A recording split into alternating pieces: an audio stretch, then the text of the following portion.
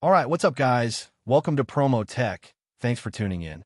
This one matters way more than it looks on the surface because behind a boring update cycle, Google is quietly reshaping how Pixel phones age, how apps behave under pressure, and how stability is being prioritized over flashy features. And that shift has long-term consequences for every future Pixel, including the Google Pixel 11 Pro. Let's dive right into the video, because at first glance, this update feels small, but the deeper you look, the more it starts to connect to a bigger strategy that Google has been building for a while now. So here's the first thing nobody really talks about: consistency across generations. The fact that this update is hitting devices all the way back to the Pixel 6 isn't just nice to see, it's a signal.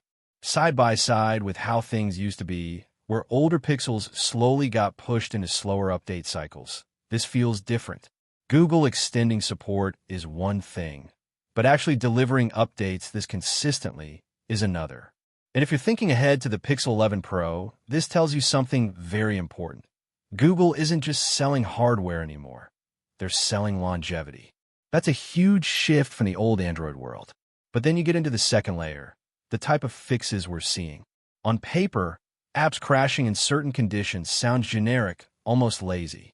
But when you compare that to last year's behavior, especially with banking apps and heavier third-party apps, this is clearly Google tightening control over how apps interact with the system. That matters because Pixel phones have always leaned heavily on software optimization over raw power. So instead of chasing benchmark numbers like Samsung sometimes does, Google is doubling down on stability. The trade-off? You might not feel a huge speed boost overnight, but over time, your phone feels smoother, more reliable, less frustrating. Now here's where it gets interesting.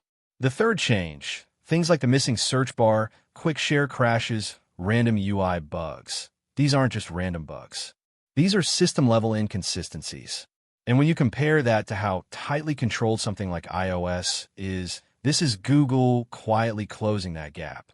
It's not flashy, it's not headline-worthy, but it's foundational. And if the Pixel 11 Pro launches on top of a cleaner, more stable base like this, that's when you start seeing the real payoff. Quick side note, this is actually where something like Walverse/Wolver comes in. Not as an ad, but as a tool. Because if you're someone testing apps, switching between workflows, or even managing multiple accounts, having a stable environment matters way more than just having the latest specs. Tools like that only work properly when the system underneath isn't breaking in certain conditions. And clearly Google is trying to fix exactly that. And then there's the fourth piece, performance claims without proof. You've probably seen those articles saying big performance boost, but when you check official logs, it's not there. That disconnect is important because it shows Google isn't marketing this update aggressively. They're just shipping it. And that's actually more telling than any press release. When companies stop overhyping and start quietly improving, it usually means they're playing a longer game. Now, real talk for a second.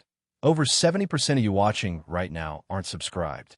And that's totally fine. But if you're into this kind of deeper breakdown, not just specs, but what actually matters long-term, then you're exactly the kind of person this community is built for. Subscribing isn't about numbers. It's about being part of a group that actually pays attention to the details most people miss. So when you step back and look at all of this together, longer support, tighter app control, fewer UI inconsistencies, quieter updates, it starts to paint a picture. The Pixel 11 Pro might not win on raw power alone, but it might end up being one of the most stable, reliable Android phones we've seen in years. And if Google keeps going in this direction, does that mean future Pixels stop competing on specs entirely and start competing on experience instead? Take care and stay safe. I'll see you in the next one soon. Cheers. Bye-bye.